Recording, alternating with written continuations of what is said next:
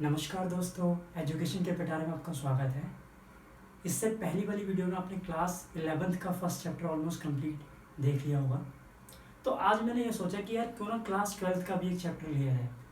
हर class 11th का भी और 12th का भी साथ साथ किया जाए, क्योंकि 12th के बच्चे भी कुछ देख रहे होते हैं कि यार कौन सा चैप्टर कब कराया जाएगा। हर बच्चे सर्च कर रहे होते हैं कुछ ना कुछ। तो आज आपके लिए क्लास 12th के बारे में एक वीडियो बनी है, उसे ध्यान से देखिएगा, स्टार्टिंग से लेकर एंड तक देखिएगा।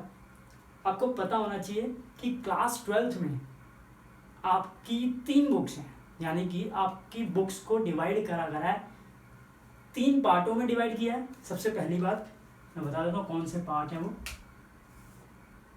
एक है पार्ट ए, ठीक, एक है पार्ट बी और एक है पार्ट सी। 3 पार्टों में आपको डिवाइड करके दिया हुआ है बुक को। आपको ये पता होना चाहिए जो पार्ट ए है वो बुक है पार्टनरशिप की, बताऊंगा क्या होता है क्या नहीं होता, उसी से स्टार्टिंग भी उसी से करेंगे। पार्टनरशिप की बुक है, उसके अंदर नॉट प्रॉफिट ऑर्गेनाइजेशन का अलग से एक चैप्टर भी है, ठीक। पार्ट बी के अंदर कंपनी के बारे में पूरा बताया, कंपनी क्या होती है, कंपनी में क्या किस तरीके से कैसे कैसे एंट्रीज की जाती हैं, किस तरीके से शेयर्स इशू करे जाते हैं, वो सारी चीज़ें पार्ट बी के अंदर है। पार्ट सी जो बुक है उस बुक का नाम है फाइनेंशियल स्टेटमेंट एनालिसिस। उसके अंदर और भी कुछ चैप्टर्स हैं, जैसे cash flow statement, accounting ratio और भी कुछ चीज़ें बैलेंस शीट से रिलेटेड। लेकिन अभी आपको सिर्फ समझना है कि जो पार्ट ए है वो देखो। पार्ट ए के अंदर मैंने पार्टनरशिप का नाम लिया। पार्टनरशिप में मैंने जो टॉपिक बताया आपको, यहाँ पे जो हेडिंग लिखी हुई है, admission of a new partner. Partnership का आप इसे एक तरीके से ये बोलोगे, पार्टनरशिप का फादर। ये एक इकलौता ऐसा चैप्टर है जो कम से कम एग्जाम में 12 नंबर का आता ही आता है। 12 नंबर का कम से कम आता है, सबसे हैवी ये मार्क्स में आता है अगर देखा जाए। अगर आपने ये चैप्टर कर लिया, इससे आपको बहुत सी मदद मिलेगी अलग चैप्टरों में भी। जैसे मैं चैप्टरों के नाम लूंगा, आप बुक में देख सकते हैं अपनी। सबसे फर्स्ट चैप्टर हो गया फंडामेंटल वाला, यानी एनपीओ के बाद वाला। एनपीओ तो सबसे अलग चैप्टर हो गया, मैं पार्टनरशिप की बात कर रहा हूँ। Change in profit sharing ratio, goodwill हो गया उससे पहले वाला। उसके बाद आपका रिटायरमेंट, इसके बाद कौन सा आता है chapter, retirement of A partner, death of A partner और फिर डिसोल्यूशन ऑफ पार्टनर। ये सब पार्टनरशिप के अंदर आता है। अगर आपने चैप्टर कर लिया तो आपके बहुत से कवर हो जाएंगे। कवर मतलब जब आप कोई नया चैप्टर भी उसमें पढ़ोगे ना, तो आपको ना हेल्प मिलेगी। क्यों? क्योंकि इससे रिलेटेड बहुत सारी चीज़ें आपको दिखेंगी। तो सबसे पहले यही चैप्टर लिया जा रहा है कि भैया एडमिशन ऑफ ए पार्टनर क्या होता है। सबसे पहले मैंने इसी को लिया।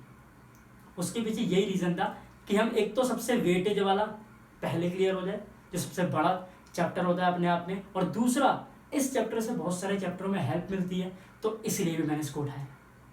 सबसे पहले जब भी हम किसी चैप्टर का नाम लेते हैं तो सबसे पहले उसके बारे में जान लो कि वो होता क्या है। इसने नाम में बोला admission of a new partner, chapter का नाम है। देखो नाम से ही पता लग जाता है कि क्या कहना चाह रहा है वो। कहने का मतलब एडमिशन मतलब एडमिशन लेना, दाखिला लेना, सिंपल।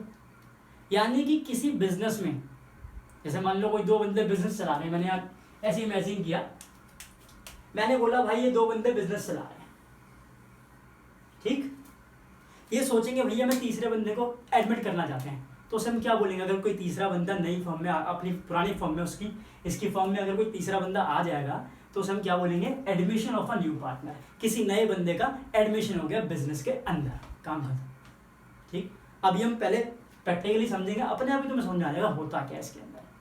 देखो मान लिया हमने कि ए और बी 2 पार्टनर है, ठीक है जी, पार्टनर है। मान लिया 2 बंदे पार्टनर हैं, इन्होंने भैया बिजनेस चलाया, ठीक है। जब कोई बंदा बिजनेस चलाता है तो जब साल का एंड का दिन आता है, जब अकाउंट क्लोज होते हैं, तो वो अकाउंट क्लोज करके ही चेक करता है कंपनी को प्रॉफिट कितना हुआ। भैया हमने देखा प्रॉफिट हो गया भैया 1 लाख, ठीक है जी। जब 1 लाख का प्रॉफिट हुआ होगा और 2 पार्टनर हैं ए और बी, दोनों को 50,000 मिल जाएगा कि भैया ए बोलेगा मुझे 50,000 दो, बी बोलेगा मेरे 50,000 बनते हैं, मुझे 50,000 दो, ठीक। ये दोनों को 50,000 रुपये मिल गए, ठीक। अब इन्होंने काफ़ी मेहनत करी, मेहनत करके अपने बिजनेस को हाई लेवल पे लाए। अब इन्होंने कहा यार हमसे बिजनेस ना समझ नहीं पा रहा हम दोनों से, क्यों ना हम एक तीसरे बंदे को भी एडमिट कर लें, क्यों ना हम अपने फर्म के अंदर तीसरे बंदे को एडमिट कर लें। उससे क्या होगा? एक तो हमारा काम आसान हो जाएगा कि तीसरा बंदा आ गया है, तो वो भी बहुत सी चीज़ें देखेगा।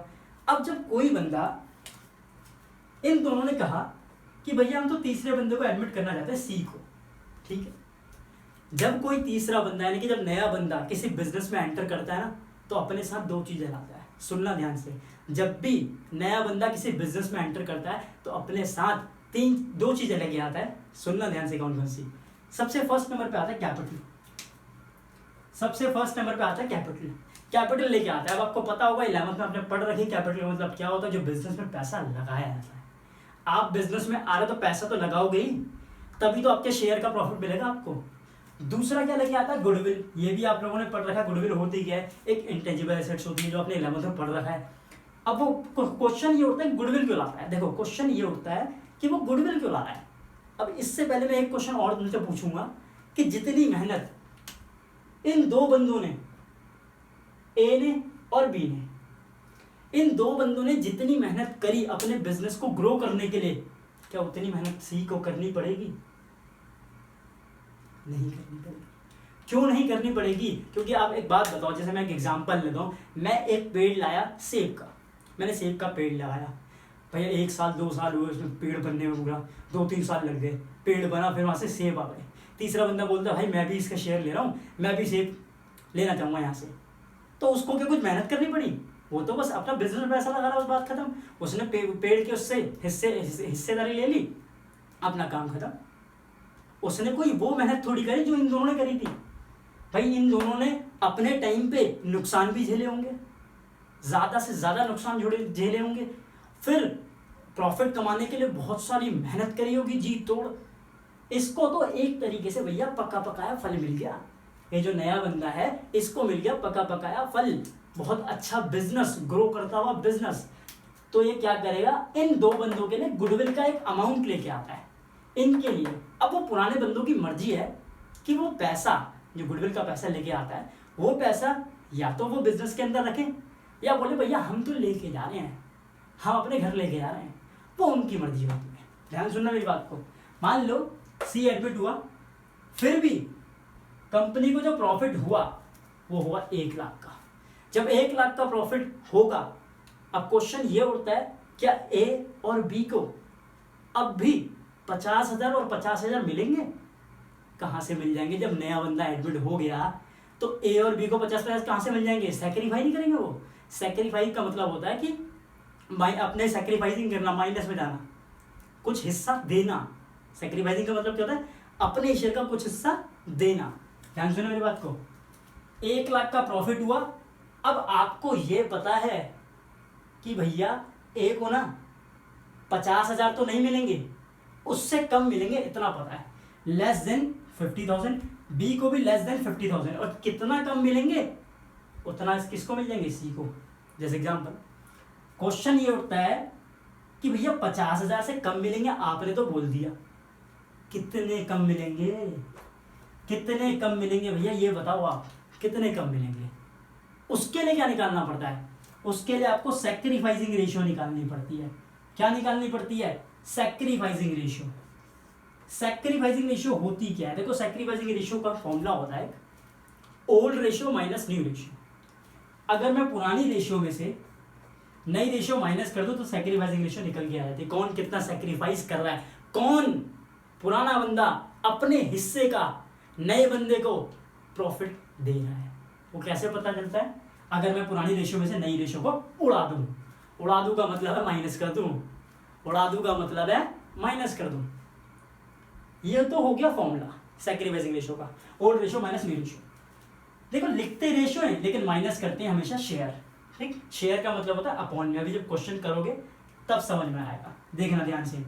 Old ratio is always given in the question.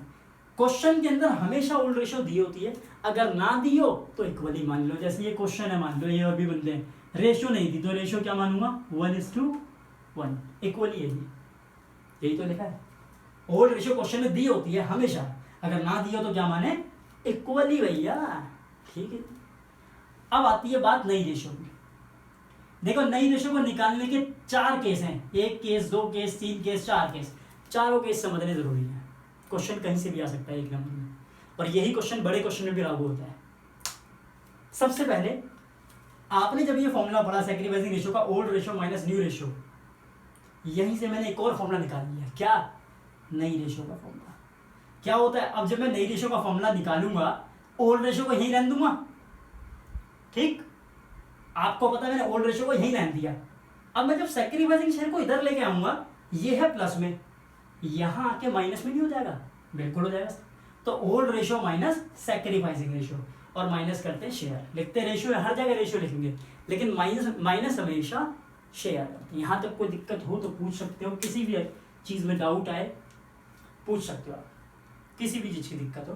बाकी इसके बाद आपको क्वेश्चन तब समझ में आएगा जब मैं नई रेशियो निकालूंगा। सबसे पहले हम करेंगे case number first, new ratio को निकालने का। ध्यान दीजिएगा, ये नोट कर लीजिए, कोई भी डाउट हो देख लीजिएगा। ठीक, अब मैं आपको बताऊंगा कि जो न्यू रेशियो है, मैंने बताया नई रेशियो को निकालने के 4 केस होते हैं, बताया जी। ठीक है भैया, 4 केस होते हैं, आपने बताया सर, हमने भी सुन लिया। अब बात आती है वो जो 4 केस होते हैं, हमें कैसे पता लगेगा कि वो 4 केस हैं, कैसे हैं, किस तरीके से उनका सॉल्यूशन करना है। मैं क्वेश्चन लिखता हूं, ठीक, और उसका आपको सॉल्यूशन भी बताता हूं। आप निकालिए अपनी बुक का प्रैक्टिकल प्रॉब्लम का पहला क्वेश्चन। प्रैक्टिकल प्रॉब्लम का पहला क्वेश्चन निकालिए, admission of a new partner का। उसमें देखिए क्या लिखा हुआ है बुक में, मैं यहाँ पे लिख रहा हूँ, आप देखिए वहां लिखा हुआ है XYZ। ठीक, ऐसे कर देता हूँ, चलो आपके लिए क्वेश्चन ही बना देता हूँ पूरा। XYZ आर पार्टनर शेयरिंग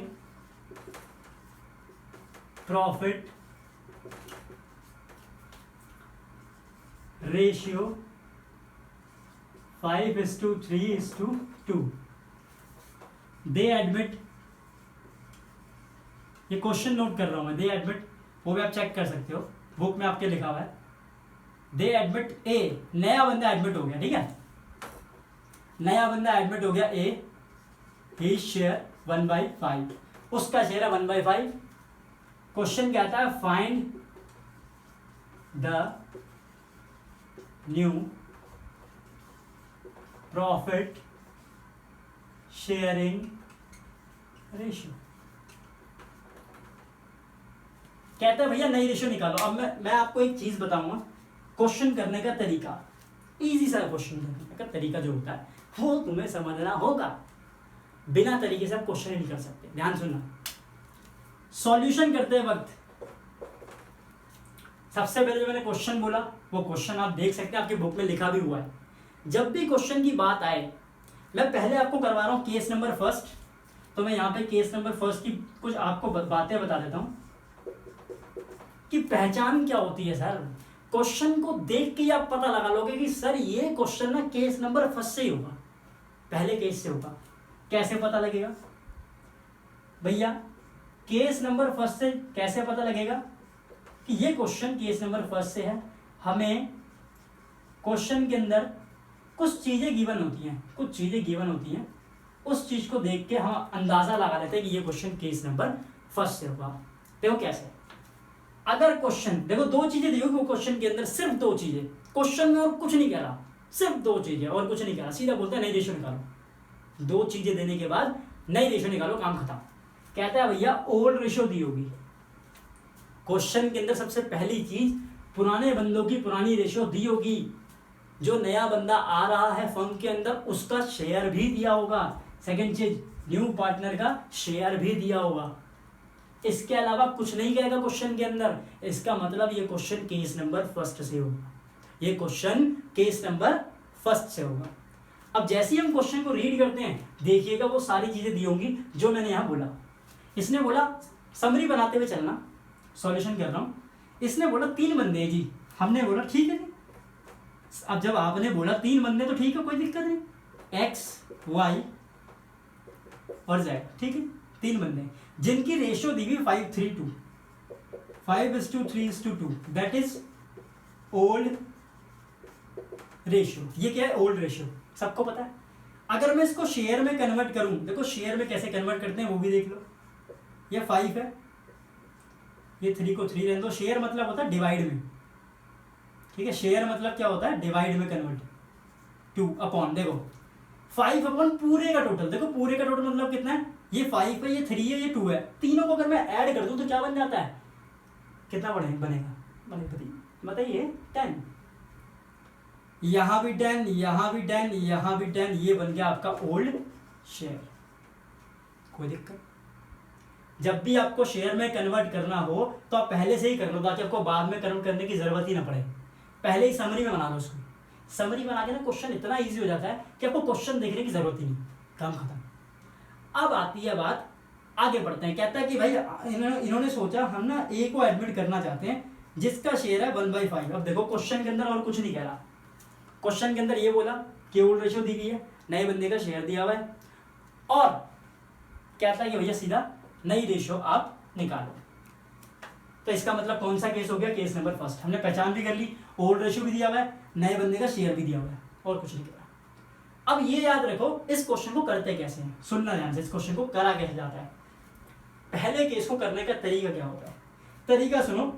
सबसे पहले पूरे शेयर को, let the total share be is equal to 1, ठीक है, पूरे शेयर को 1 मानते हैं, पूरे शेयर को क्या मान लिया 1। फिर मैं लिखता हूं नए बंदे का शेयर, नया बंदा कौन है जी, सबको पता है ए है नया बंदा, तो मैंने ए का शेयर लिख दिया 1/5 लिख दिया जी, कोई दिक्कत नहीं। फिर मैं लिखता हूं रिमेनिंग, रिमेनिंग का मतलब होता है बचा हुआ शेयर। बचा हुआ शेयर कैसे निकालते हैं, अगर मैं टोटल में से नए बंदे का शेयर उड़ा दूं तो बचा हुआ शेयर निकल के आ जाएगा, उड़ा दूं का माइनस मतलब होता है माइनस कर दूं। अब देखो ये बेसिक रूल आपको पता होना चाहिए क्या होता है, लेकिन मैं फिर भी आपको एक बार क्लियर कर देता हूँ कैसे करते हैं इसका सॉल्यूशन। देखो जिसके नीचे कुछ नहीं होता 1 होता है। अब इसका आगे मैं सॉल्यूशन करता हूँ, इन दोनों का एलसीएम निकालना होता है, एलसीएम 5 ही आएगा। पहले डिवाइड करते हैं फिर मल्टीप्लाई करते हैं, 1 5 जा 5, 5 बन जा 5, 5 बन जा और 1 बन जा 1, ये आ गया 4/5। ये निकल के आया रिमेनिंग। ये जो बचा हुआ शेयर है ना, ये आप पुराने बंदों को दे दो, एक्स को भी, वाई को भी, जेड को भी, ठीक, ये जो बचा हुआ शेयर है। अब देखो करने का तरीका, आपको पता है 3 पार्टनर है पुराने, तीनों के नाम लिख दो। अब आप क्या निकाल रहे हो, नई रेशियो ना, तो न्यू शेयर लिखना, x is new share, y is new share, जेड्स न्यू शेयर। मैंने बोला कि ये जो शेयर है ना इन तीनों को दे देना, पहले इनकी रेशियो लिख दो, इनकी ओल्ड रेशियो कितनी थी, आपने शेयर कन्वर्ट कर रखा है पहले से। मैंने आपको पहले ही बता रखा है कि रेशियो से मतलब नहीं होता, शेयर से मतलब होता है। लिखते रेशियो हैं लेकिन हमेशा मतलब शेयर से होता है। तो सब शेयर आपको सारे पता है, निकालने की तो जरूरत है नहीं, तो यहाँ पे आप पुट कर दो, इसका शेयर है 5/10, इसका शेयर है भैया वाई का 3/10 और जेड का शेयर है 2/10। अब मैंने बोला कि ये जो बचा हुआ शेयर है ना, बचा हुआ शेयर, ये 4/5 आप तीनों को दे दो, एक्स को भी, वाई को भी, जेड को भी। तो मैंने हर जगह मल्टीप्लाई करा और 4/5 सबको दे दिया, एक्स को भी 4/5 दे दिया और वाई को भी 4/5 दे दिया और जेड को भी 4/5 दे दिया। कोई दिक्कत? अब कुछ नहीं करना, सीधा मल्टीप्लाई कर दो, 5 4 जा 20, 50, 12, 28, सॉरी 20 नहीं 50। देख लिया करो कभी कभी मल्टीप्लाई कर रहा हूं तो इसका मतलब बस सुने जाओ, 50, ठीक है, हर जगह 50 आ गया। आपको निकालना क्या है, नई रेशियो। जब आप नई रेशियो निकालोगे तो नए बंदे का नाम भी लिखोगे, ये तो है नहीं कि उसका नाम ही नहीं लिखोगे, उसका भी तो नाम आएगा फर्म के अंदर। तो हम क्या लिखेंगे, सो द न्यू शेयर, नए शेयर मैंने लिख दिया, सबका नाम लिख दिया, एक्स का भी, वाई का भी, जेड का भी और जो नया पार्टनर है उसका भी लिख दिया ए। एक्स का अभी जो नया शेयर निकल के आया वो है ये, वो है ये, वाई का ये रहा, जेड का ये रहा, ये सबका नया शेयर निकल के आया अभी, यही पुट कर दो, यहाँ पे रख दो। इसका आ गया 20/50 और वाई का आ गया आपका 12/50, जेड का आ गया 8/50 और अब आप देखोगे ए कहाँ है, अरे ए तो ये रहा, ए का शेयर कितना है 1/5, यहाँ पुट कर दो 1/5। अब आप लोगों ने मैथ्स भी पढ़ी होगी, 7th में, 8th में, 9th में, 10th में स्टार्टिंग से ही पढ़ते हुए आ रहे हो, तो आपने एक रैशनलाइज सुना होगा, जब बेस इक्वल ना हो तो बेस को इक्वल करने के लिए एक ही नंबर से डिवाइड कर दो, एक ही नंबर से मल्टीप्लाई कर दो, मतलब नंबर सेम होना चाहिए।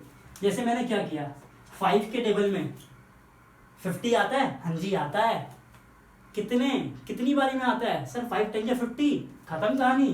तो ऊपर भी 10 और नीचे भी 10। इसका मतलब क्या हो गया, अब ये क्या हो गया, बेस इक्वल हो गया, यहाँ भी 50 है, 50 50 50। जब ये बेस इक्वल हो जाए तो बेस क्या हो गया, कैंसिल। बेस क्या हो गया, कैंसिल, क्योंकि आपको निकालनी है रेशियो, तो बेस को तो कैंसिल ही करना पड़ेगा, तभी तो मैंने यहाँ इक्वल बनाया, वरना तो रेशियो नहीं निकलती। अब रेशियो क्या आ गई, नई रेशियो, न्यू रेशियो क्या आ गई, सबसे पहले देखो, सबसे पहले आया 20, फिर आया 12, फिर आया 8, फिर आ गया 10। देखो 10 लिखना, याद रखना 10, क्यों, क्योंकि 1 into 10 कितना होता है 10, हमेशा याद रखना। गलती कर देते हैं बच्चे, जल्दबाजी में 1 लिख देते हैं, जल्दबाजी में, लेकिन जल्दबाजी मत करना। इसी को ना तुम और भी कुछ रख सकते हो। कहने का मतलब ये जो चीज निकल के आई है, जो नई रेशियो निकली है, अब आप देखोगे ये एक ही टेबल में जा रहे हैं, हाँ जी जा रहे हैं, 2 के टेबल में जाते हैं, 2 10 जा 20, 2 6 जा 12, 2 4 जा 8 और 2 5 जा 10। इसके बाद तो कुछ कट ही नहीं रहा, इसका मतलब आंसर यहीं पे खत्म, इसका मतलब आंसर यहीं पे खत्म। ये होता है आपका केस नंबर फर्स्ट। यानी कि जब भी केस नंबर फर्स्ट का क्वेश्चन आए, हमेशा याद रखना जो मैंने आपको बात बताई कि भैया सबसे पहले तो आप ये चेक करो, क्या क्वेश्चन में ओल्ड रेशियो दी हुई है, हाँ जी सर क्वेश्चन के अंदर ओल्ड रेशियो दी हुई है। क्या क्वेश्चन के अंदर नए बंदे का शेयर दिया हुआ है, हाँ जी नए बंदे का शेयर भी दिया हुआ है। क्या उसके बाद कुछ नहीं कह रहा, नहीं जी कुछ नहीं कह रहा, सीधा बोल रहा है find the new profit sharing ratio, खत्म, नई रेशियो निकालो। जब भी ऐसी बात करे तो कौन सा केस है सर जी, केस नंबर फर्स्ट, खत्म, केस नंबर फर्स्ट। उस केस को करने का तरीका क्या होता है, वो तरीका कुछ इस तरीके से होता है, सबसे पहले पूरे शेयर को 1 मानो, फिर नए पार्टनर का शेयर लिखो, फिर रिमेनिंग निकालो। कैसे निकालते हैं, पूरे में से उसके शेयर को माइनस कर दिया, ये रिमेनिंग को जो जितने भी पुराने बंदे हैं उनको दे दिया, उनके में बढ़ जाएगा ये, एक्स में, वाई में, जेड में 3 बंदे थे ना, उनके शेयर लिखे पुराने वाले, उसमें 4/5 मल्टीप्लाई कर दिया, हट जाता, 4/5 4/5 4/5, क्या निकल गया 20/50 12/50 8/50। अब आपको निकालनी नई रेशियो, तो नए बंदे का नाम भी लिखोगे, सो रेशियो XYZ सजेस्ट ए का शेयर यहाँ से ले लिया आपने, बाकी ये सब तो आपने यहीं से नोट कर लिया। बेस को इक्वल करने के लिए रैशनलाइज किया, क्रॉस किया, न्यू रेशियो आपके सामने, ठीक। इस न्यू रेशियो को आपने देखा कि यार एक टेबल में ही कट रही है, इसको हम छोटा कर सकते हैं, कर दो जी, 10 6 4 5, इसके आगे रुक जाए, खत्म। इसका मतलब ये आपका आंसर, ये आपका आंसर, ठीक।